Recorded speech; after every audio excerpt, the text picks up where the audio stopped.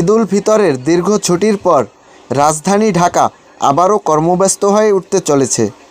আজ শনিবার পর্যন্ত ঈদের ছুটি থাকলেও আগামীকাল রবিবার থেকে সরকারি বেসরকারি অফিসগুলো খুলে যাবে।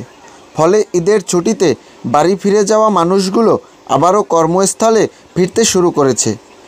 দক্ষিণাঞ্চল থেকে হাজারো মানুষ ঢাকায় ফিরতে শুরু করেছে। লঞ্চসহ সকল যানবাহনে যাত্রীদের চাপ লক্ষ্য করা যাচ্ছে। বিশেষ করে যানবাহনের সংখ্যা অতীতের তুলনায় অনেক বেশি। লঞ্চ ঘাটগুলোতে ঈদ শেষে ফিরতি যাত্রীদের সংখ্যা বেড়েছে।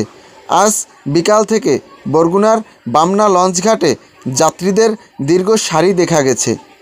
এ সময় ঢাকা শহরের অধিকাংশ রেস্তোরাঁ, শপিং মল ও কমিউনিটি সেন্টারগুলো খুলে যাবে। ঈদের ছুটির পর এই সমস্ত স্থানগুলো কর্মব্যস্ত হয়ে উঠবে। বাড়ি থেকে কর্মস্থানে ফেরার সময় বামনা লঞ্চ টার্মিনালে অতিরিক্ত ভিড় ও দীর্ঘ লাইন দেখা গেছে। ঈদের ছুটি শেষে কর্মস্থলে ফিরতে মানুষ এখন ব্যস্ত। এই চিত্র সকল স্টেশনেই একইভাবে দেখা যাচ্ছে।